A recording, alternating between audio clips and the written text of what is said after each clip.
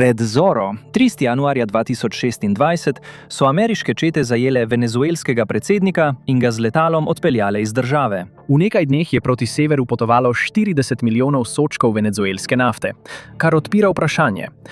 Če Amerika proizvede več nafte kot katerakoli druga država na svetu, več kot Saudska Arabija, več kot Rusija, več kot katerakoli druga država v zgodovini nafte, zakaj še vedno potrebuje venezuelsko nafto? Najbolj z nafto bogata država v zgodovini ne more delovati samo s svojo zalogo. In razlog za to nima nobene zveze s politiko. Vse je povezano z geografijo, kemijo in nizom infrastrukturnih odločitev, sprejetih pred 50 leti, ki jih nihče ni bil pripravljen razveljaviti. Leta 2025 so ameriški vrtini vsak dan načrpali rekordnih 13,6 milijona sodčkov surove nafte. In potem je iste dni Združene države kupile še dodatnih 6,2 milijona sodčkov iz tujine. Največji svetovni proizvajalec nafte je bil hkrati tudi eden največjih svetovnih kupcev nafte.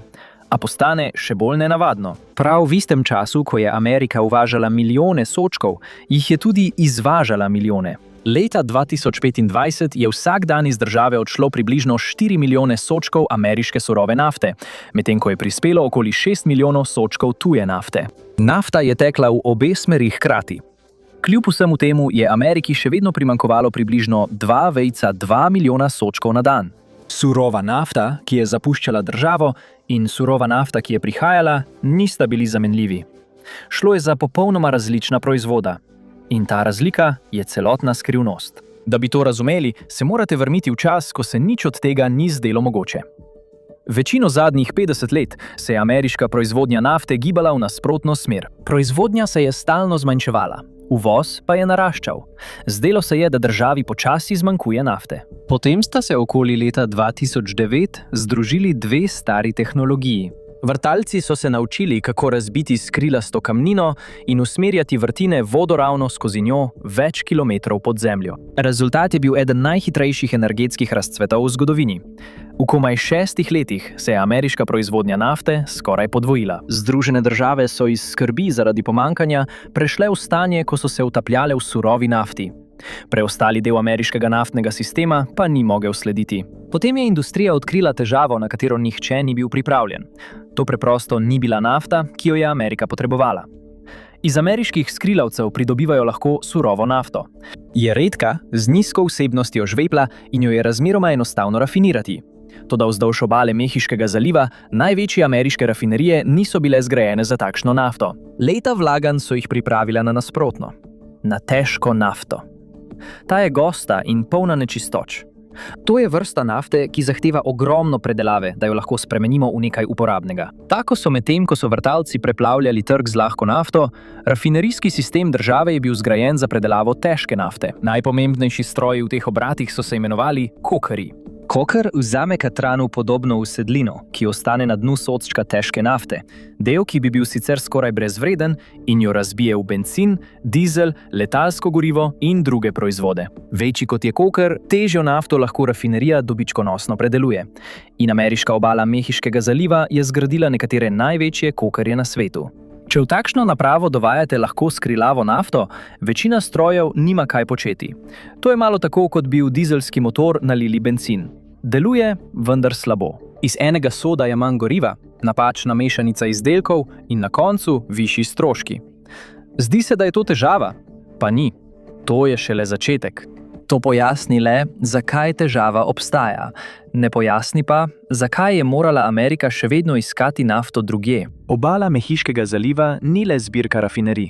Več kot polovica vse ameriške predelave nafte poteka vzdolž tega dela obale. Vsak dan predela več surove nafte, kot je proizvede večina članic OPEC-a. In skoraj vse je bilo zgrajeno za predelavo težke nafte.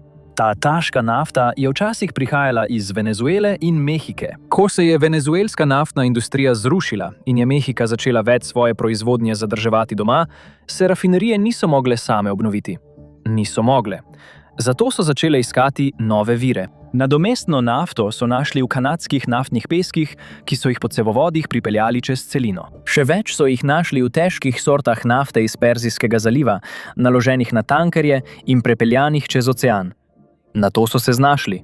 Rafinerije so začele mešati različna olja skupaj. Lahka nafta, ki je prihajala iz ameriškega skrilavca, ni bila neuporabna. Pravzaprav so jo rafinerije celo želele. Mešali so lahko ameriško nafto s težko uvoženo nafto in tako ustvarili točno takšno gorivo, za kakršno so bile njihove rafinerije zasnovane. Medtem so skrilavčeva polja še naprej prekipevala od lahke nafte. Tako so odvečno nafto pošiljali v Rotterdam ter v rafinerije v Južni Koreji in na Japonskem, ki so bile zgrajene prav za to. Z drugimi besedami, najčistejša ameriška nafta ni ostajala v Ameriki. Šla je vsem drugim. In hkrati so Združene države počele ravno nasprotno. Uvažala je težko nafto, gosto, trmasto olje, za katero so bile njihove rafinerije pravzaprav narejene. Vsak del te trgovine nekomu prinaša denar. Vsak del te verige pa tudi povezuje cene ameriškega bencina z odločitvami sprejetimi drugje. V Ottawi, Rijadu in od leta 2026 naprej tudi v Teheranu. To protislovje lahko opazujete na enem samem nizu pristanišč. Predstavljajte si ladijski kanal v Houstonu, Corpus Christi, Port Arthur in Beaumont. Ob enem plimovanju tanker odpluje, naložen z nafto iz zahodnega Teksasa, namenjeno v Južno Korejo. Ob istem plimovanju pripluje drug tanker, ki prevaža surovo nafto iz Kanade ali Iraka. V kanalu se srečata. Nafta ene države odhaja, medtem ko nafta druge države prihaja. Istega dne, na istem pomolu. Pri tem ima geografija veliko vlogo. Ameriška nafta prihaja iz 3 glavnih regij. Največja je Permska kotlina, se razteza čez zahodni Teksas in jugovzhodno Novo Mehiko. Sama proizvede skoraj polovico vse ameriške surove nafte, približno 6,6 milijona sodčkov na dan. Daleč na severu v Alberti so naftni peski, med njimi pa poteka cevovodno omrežje, ki naj bi vse skupaj povezalo. Toda sistem nikoli ni bil popolnoma dokončan. Ključni manjkajoči del je bil Keystone XL. Cevovod je bil zasnovan za prenos 830 tisoč sodčkov težke nafte iz Alberte na dan skozi Nebrasko do Mehiškega zaliva. Njegovo dovoljenje je bilo preklicano januarja 2021, podjetje pa je projekt ukinilo kasneje istega leta. Težka nafta, ki naj bi jo prevažal, se še vedno črpa. Namesto tega se zdaj premika proti jugu po železnici in starejših cevovodih. To je počasneje in dražje na vsakem koraku. Še en vir je skoraj povsem pozabljen. Daleč na severozahodu leži Aljaska. Njena nafta prihaja z severnega pobočja in potuje 800 milj proti jugu po transaljaskem cevovodu. Ko je bil cevovod nov, je prevažal večino ameriške proizvodnje. Danes deluje le z delčkom svoje največje zmogljivosti, poleg tega pa ga omejuje tudi lokacija. Večina te nafte ne potuje proti vzhodu, vsaj ne brez velikih stroškov. Zato gre večina te nafte na zahodno obalo, saj je to edini kraj, ki ga lahko doseže poceni. Amerika svojih aljaških sodov sploh ne more premakniti proti vzhodu. Če vse to prikažemo na enem zemljevidu, to ne izgleda kot energetska neodvisnost. ZDA imajo nafto, le da so zgradile infrastrukturo za drugačno vrsto nafte. Drugi razlog, zakaj Amerika ne more v celoti delovati na lastni nafti, nima nobene zveze s kemijo. Včasih je surova nafta ravno prave vrste. Ameriška lahka nafta gre v ameriške rafinerije in brez težav pride ven kot gorivo. Težava je v tem, kaj se zgodi potem. To gorivo se ne premika vedno učinkovito znotraj države in razlog sega več kot stoletje nazaj. To je zakon, napisan leta 1920, imenovan Jonesov zakon. Zveni kot opomba v zgodovini, vendar določa velik del tega, kako se nafta premika znotraj ZDA. Pravi, da mora biti vsak tovor prepeljan med 2 ameriškima pristaniščema na ladji, ki je zgrajena v Združenih državah, v lasti Američanov, pod ameriško zastavo in z ameriško posadko. Sprejet je bil po prvi svetovni vojni, da bi zaščitili ameriška ladjedelnice in mornarje. Ideja je bila, da bi država v naslednji vojni morda potrebovala domačo floto. 100 let kasneje ta flota izgleda povsem drugače. Le majhno število tankerjev še vedno izpolnjuje pogoje za domači prevoz. Večina jih je že zasedenih s prevozom surove nafte iz Aljaske na zahodno obalo. Za prevoz rafiniranega goriva vzdolž obale je to število še manjše. Ko je ponudba tako omejena, se vse spremeni. Tanker, ki izpolnjuje zahteve Jonesovega zakona, lahko stane 3 do 4-krat več za obratovanje kot tuja ladja. Izgradnja enega lahko stane okoli $200 milijonov, v primerjavi s približno četrtino tega v azijskem ladjedelnici. In ker jih je tako malo, so se stroški prevoza nafte znotraj države povzpeli na večkratnik svetovne prevozne tarife. Tako tudi, ko ima Amerika pravo nafto na pravem mestu, se ta še vedno ne premika vedno tako, kot bi pričakovali. Zahodna obala naleti na isti problem, le da z druge strani zemljevida. Kalifornija, Oregon in Washington so dejansko odrezani od obale Mehiškega zaliva. Premikanje nafte z vzhoda na zahod pomeni ali prečkanje skalnega gorovja, ali pa pošiljanje nafte vse do Panamskega prekopa in okoli njega. Jonesov zakon to še dodatno otežuje, saj mora tudi nafta, ki se premika vzdolž obale, uporabljati majhno in drago domačo floto. Zahodna obala je zato močno odvisna od uvoza po morju, vključno z nekaterimi težjimi surovimi naftami iz Perzijskega zaliva. Kalifornija pa težavo še dodatno zaplete. Država zahteva posebno, čistejšo mešanico bencina, ki jo proizvaja zelo malo rafinerij zunaj njenih meja. Tako da, ko ena sama kalifornijska rafinerija preneha delovati, država to občuti skoraj takoj. Leta 2025 je požar zajel Chevronovo rafinerijo El Segundo blizu Los Angelesa. Obrat proizvede približno šestino goriva v Kaliforniji in cene so v nekaj dneh poskočile. Zaradi Jonesovega zakona gorivo ne more priti iz Teksasa, posebna kalifornijska mešanica pa ni zlahka dostopna na tujih trgih. Tako je Kalifornija odrezana z obeh strani. To je velik razlog, zakaj ima ene najvišjih cen goriva v državi, a postane še slabše. Da bi prepeljali gorivo z obale Mehiškega zaliva v Kalifornijo, so ga prevozniki včasih najprej poslali skozi Bahame. Ne zato, ker bi bilo hitreje, ampak zaradi pravil. Ameriško osnovno gorivo se naloži na ladjo pod tujo zastavo, odpelje iz države, nato se zmeša zunaj obale in pošlje nazaj proti zahodni obali. To je način, kako zaobiti Jonesov zakon. Tako najkrajša domača pot ni več najcenejša. Najcenejša pot najprej zapusti državo. In to naredi ZDA ranljive. Ko se je Hormuška ožina zaprla v začetku leta 2026 in so se cene goriva začele dvigovati, je bila ena prvih potez, po kateri je posegla Bela hiša, izjema od Jonesovega zakona. Marca 2026 so za 30 dni začasno suspendirali 100-letni zakon, da bi cenejši tuji tankerji lahko med krizo prevažali gorivo med ameriškimi pristanišči. Država, ki mora začasno suspendirati lastni pomorski zakon, da lahko prevaža gorivo vzdolž svoje obale, vam sporoča nekaj precej preprostega. Nima dovolj ladij. Ni samo civilno gorivo, ki je odvisno od teh ladij. Tudi mornariško lastno omrežje za oskrbo z gorivom za baze na vzhodni obali in obali Mehiškega zaliva je odvisno od iste flote tankerjev kot vsi ostali. Ko orkan ali izpad rafinerije izloči eno od teh ladij iz obtoka, isti val panike, ki povzroči dvig cen na bencinskih črpalkah v Houstonu, prav tako oteži, kako hitro lahko vojska premika gorivo med svojimi pristanišči. Država, ki ima več letalonosilk kot preostali svet skupaj, mora še vedno razporejati svojo domačo floto tankerjev med Wall Street, običajne ljudi in Pentagon. Amerika je ujeta.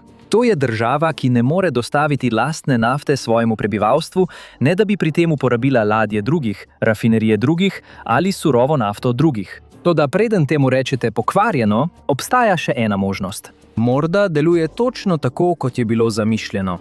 Le ne za tistega, ki toči gorivo na črpalki. Ko ExxonMobil iz Permiana izkoplje sodček nafte, ga proda na svetovnem trgu po svetovni ceni. Po prevzemu podjetja Pioneer Natural Resources ima Exxon zdaj pod nadzorom ogromen del tega bazena. Izvoz nafte v tujino zagotavlja najboljšo možno ceno. Prav tako preprečuje, da bi domači trg preplavila lahka nafta, ki je nihče ne more uporabiti. Prevelika količina nafte doma zniža cene na vrtinah, kar se je že zgodilo pred letom 2015. Zato je izvoz najbolj pametna poteza. In prav to je tisto, kar se nagrajuje.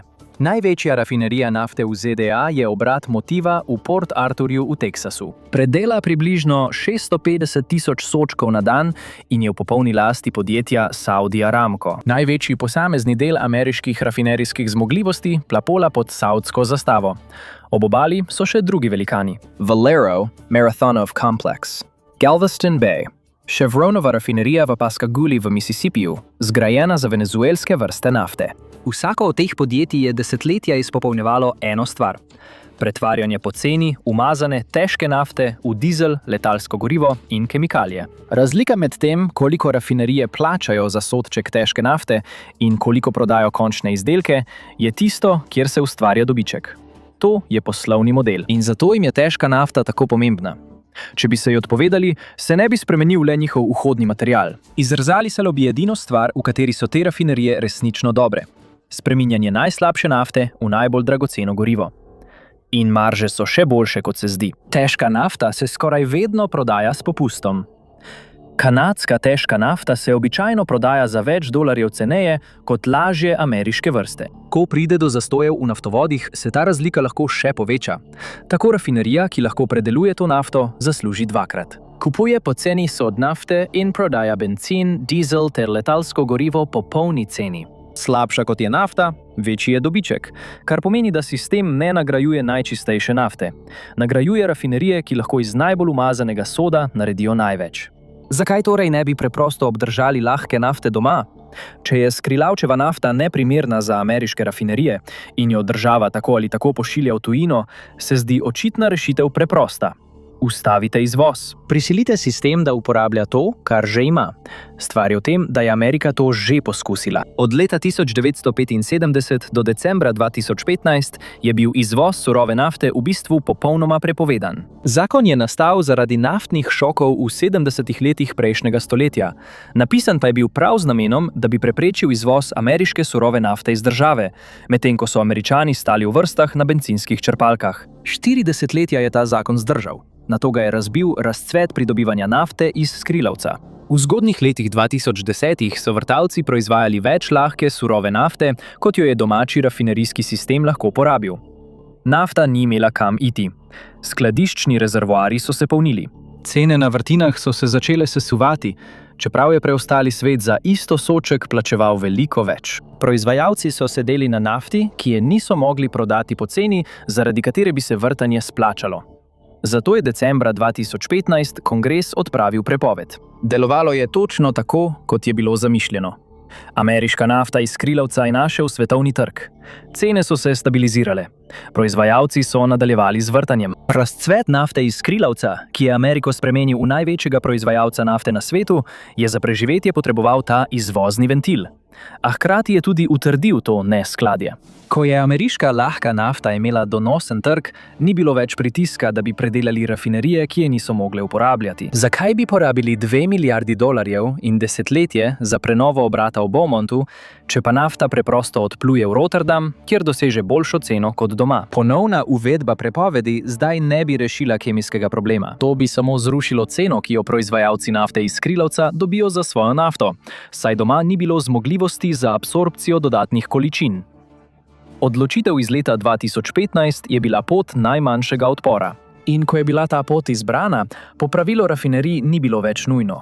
To je postal problem nekoga drugega za nedoločen čas. Obala Mehiškega zaliva je tudi eno največjih kemičnih središč na svetu.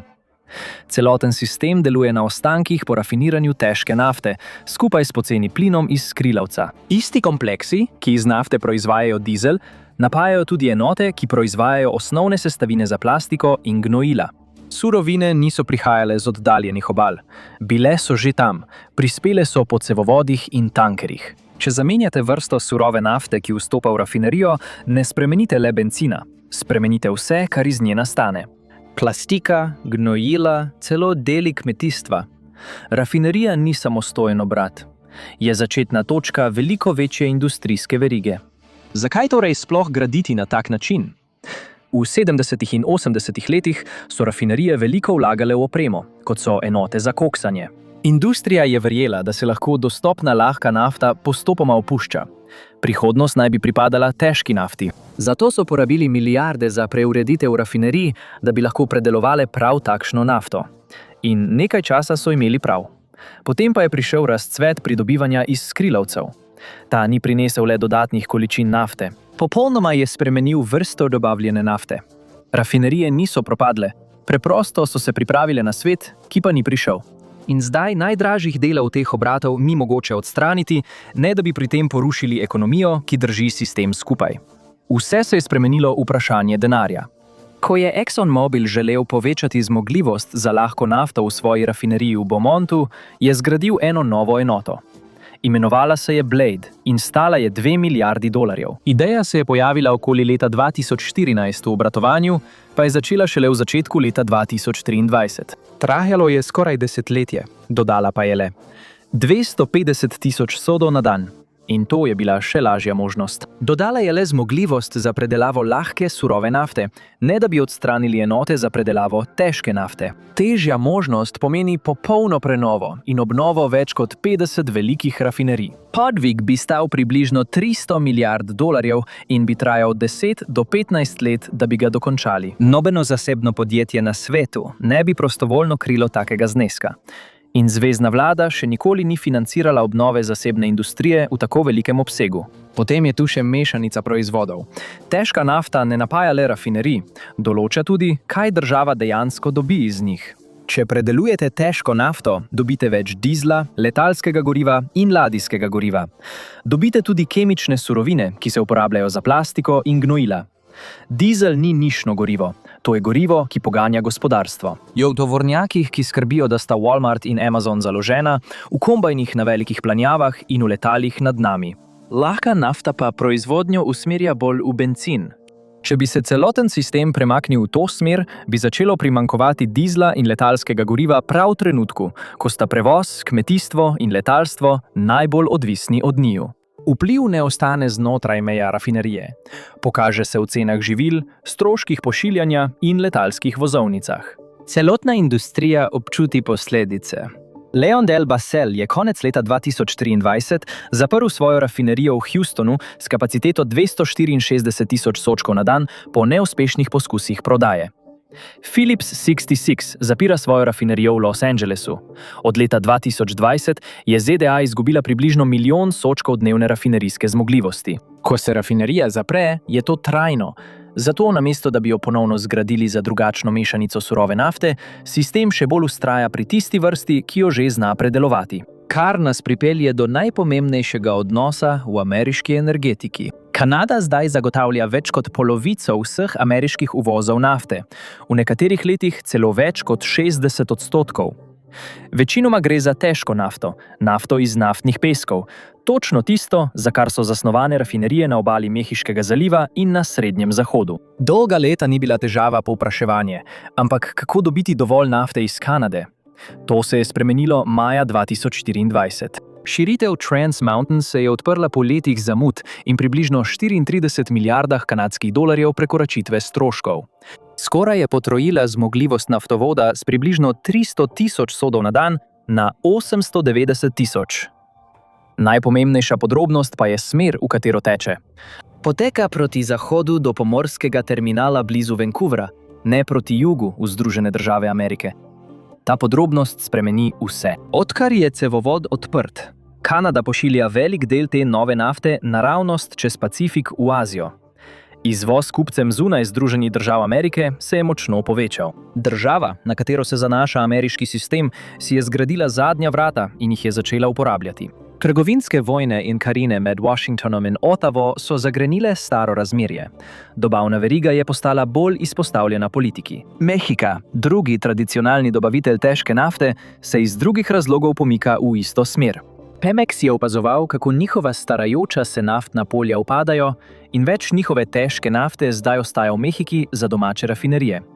To pomeni, da je manj na voljo za izvoz. Toda to ni le zgodba obal Mehiškega zaliva. Večina kanadske nafte nikoli ne pride do Teksasa. Namesto tega teče v ameriški srednji zahod. BP Geva, ogromna rafinerija Whiting na obali jezera Michigan, je največja rafinerija v regiji. Prenovili so jo, da lahko predeluje težko nafto iz kanadskih naftnih peskov. Ko izbruhne trgovinska vojna, stroški ne ostanejo le na papirju. Karine prizadenejo kanadsko energijo in račun se pokaže na bencinski črpalki.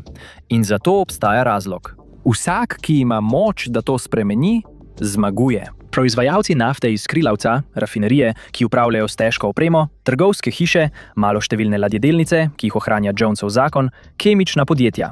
Vse to je razpršeno vzdolž obale Mehiškega zaliva. Vsaka od teh je organizirana skupina z denarjem, lobisti in mestom za mizo. In vsak del dogovora je bil prodan kot varnost.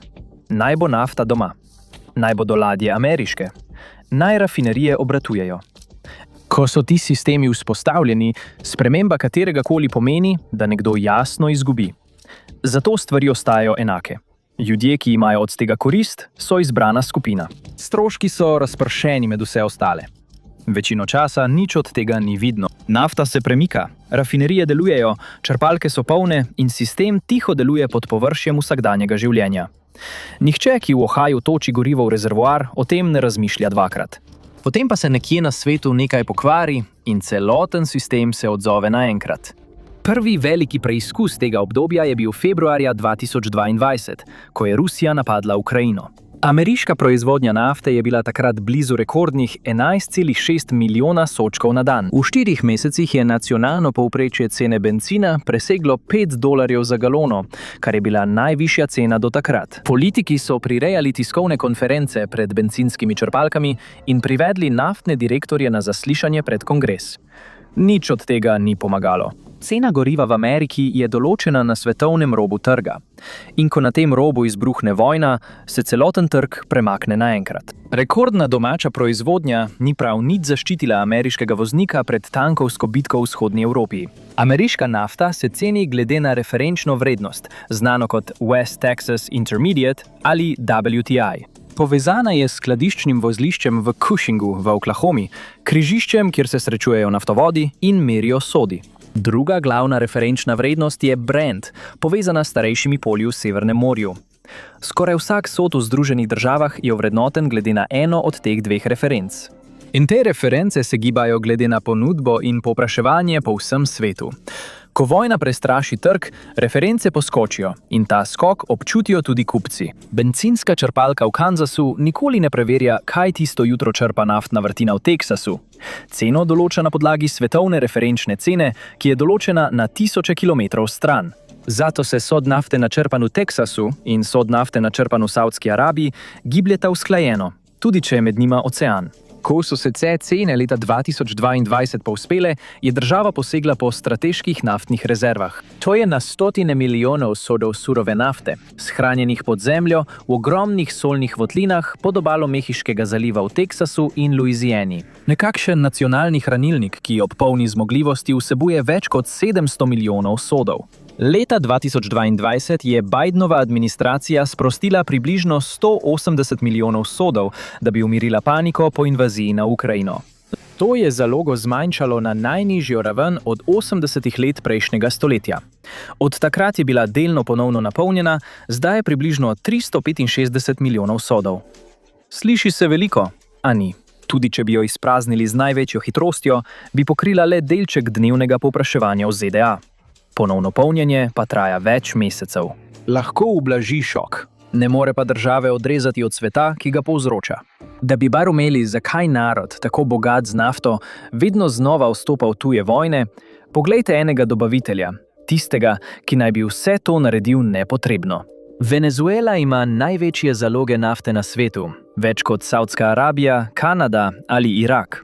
Večina je v pasu Orinoco in gre za izjemno težko nafto.